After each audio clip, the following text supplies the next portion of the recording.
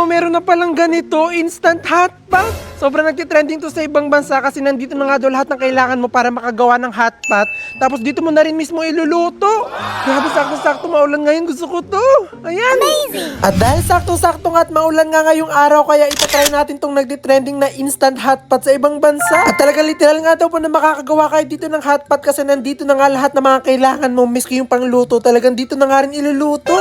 So nandito na yung mga kailangan niya para makagawa ng hotpot. Tapos meron din siyang kasamang ganito, mga noodles, may mga chopstick, tapos ito yung mga karne din siya dyan. May setup natin siya. At 6 na piraso nga na chopstick ngayon nakita ko dito sa instant hotpot nga na to. At ibig sabihin siguro nun na pang-6 na katao nga ito. At dahil hindi ko nga mabasa itong mga nakalagay nga sa sachet kasi iba nga yung mga lingwahe nga nila, kaya nagkuha nga ako nito ng cellphone para talaga matranslate ko itong mga to. Baka kasi mamaya meron tayong mailagay dito sa ating ginagawang hotpot tapos hindi pala pwedeng ilagay. So, alam ko na, translate na natin yung mga ingredients na to. Sabi mo, Chelly.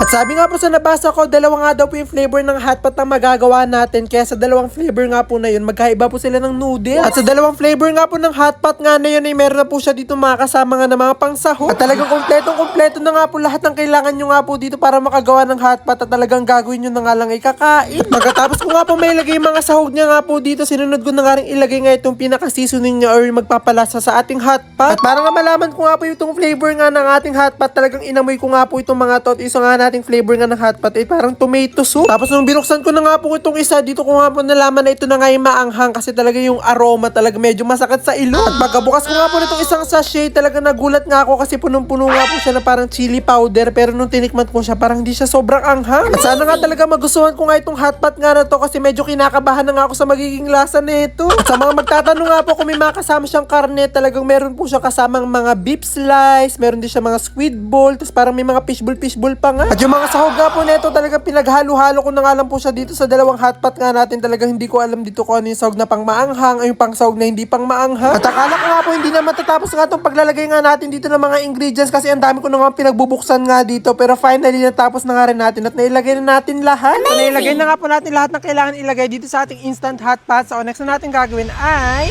bubuksan na natin itong mga pangluto nila. Ito yung magsisilbing pinaka magpapakulo sa kanila. At ito nga po yung magsisilbing magic nga po ng self-heating hotpot nga po natin kasi ito nga po yung talaga magiging parang baga or yung apoy nga natin kasi oras na lagyan nyo po ito ng tubig talaga magbabaga siya at mag-iinit siya ng sobra-sobra. Ganyan na yung itsura niya. At nung na-arrange ko na nga po yun, naglagay na nga po ako ng tubig dito sa ating hotpot para pag nilagay ko na nga po sila dito ay talagang dire-diretso na silang kukulo. Dinadamihan ko na nga po, ilagay nga po dito ng water nga natin para talaga marami sabaw tong hotpot nga natin kasi masarap nga humigop ng sabaw. Ngayon nga tag-ulan. Lagyan na natin ito ng tubig para mag-activate na siya at uminit na siya.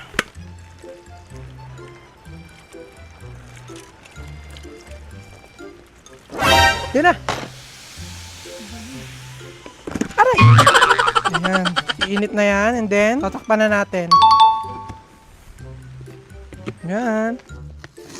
At nung sinara ko na nga po siya, talagang mas lalo pa nga po siyang umusok ng umusok at talaga narinig ko nga po yung loob na parang kumukulo. At kung kailan nagawa ko na nga po lahat, talaga ngayon ko lang nakita nga itong instruction na nakadikit pala sa ilalim dito sa pinaka-packaging. Pero buti na nga lang po kahit hindi natin nabasa nga itong instruction, talaga nagawa natin siya ng maayos at sa tingin ko naman nga ay perfect itong magagawa natin. So after 15 minutes, ayan, nawala na yung pinaka-umuusok sa kanya. So ibig sabihin siguro okay na to. So open na natin. 1, 2, 3.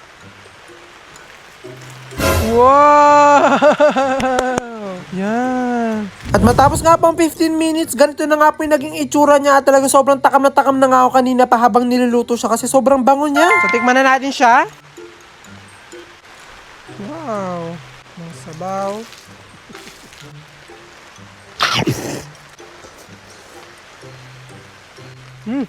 Manghang, medyo manghang isa.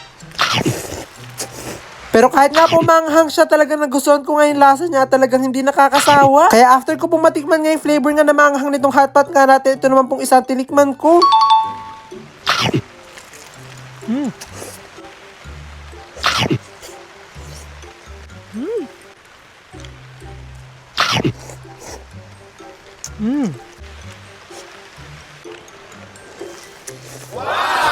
Sarap! Perfect na yung tag-init. Tag-ulan.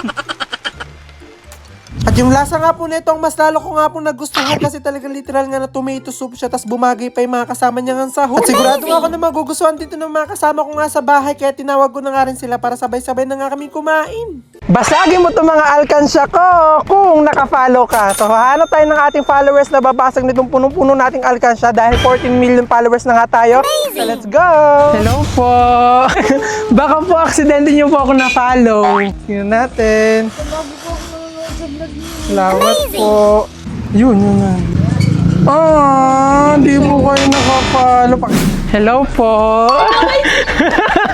Baka aksidente nyo po ako na-follow. Tignan po natin. Nanonood po kayo ng video ko? Wow, salamat po. Ayan. Dahil dyan, babasag po kayo ng aking alkansya. Ay, ba't ko bibigyan siya? Galing Wala kayo. 1, 2, 3. Go! Amazing! Ala! Dahil po yan. Nasa therapy pa naman yung apo ko ngayon. Gamit ko po. Salamat po sa pagsuporta. Kuya, baka aksidente nyo po ako na-follow. Tignan natin. Kilala nyo po ba ako? Alex. Hindi. Hindi nakapalo. Hello po. Pwede po magtanong. Baka po napindot nyo po yung follow. Ayun. Ito. Hala! Following! Ang galing! Kasi dahil nakapollow po kayo, babasagin nyo po itong alkansya ko. Okay, 1, 2, 3. Wow! Grabe nakapollow. Sa inyo na po. Tricycle driver po kayo? Ilan taon na po kayong tricycle driver? 5 years ako. 5 years. Tagal na. Congrats po. Meron kasi minsan na talagang sobrang nanonood ng mga video ko pero nalilimutan nila mag-follow. Kaya kung matagal na po kayo nanonood ng video ko, baka di pa po kayo nakapollow. Hello ate. Baka aksidente nyo po ako na-follow. Tignan nyo po baka nakapollow po kayo sa akin. Ako. May surprise ako. Ito. Hindi nakapollow si ate. Selfie na lang tayo. Hello po. Baka aksidente nyo po ako na-follow. Tingnan nyo nga po. Kilala ka, Alexis Pai. Tingnan nyo po, baka nakapalo po kayo. Nanonood po kayo? Aba! Ayun. Wow! Ang galing nakapalo! Dahil nakapalo po kayo, kayo po ang babasag ng aking alkansya.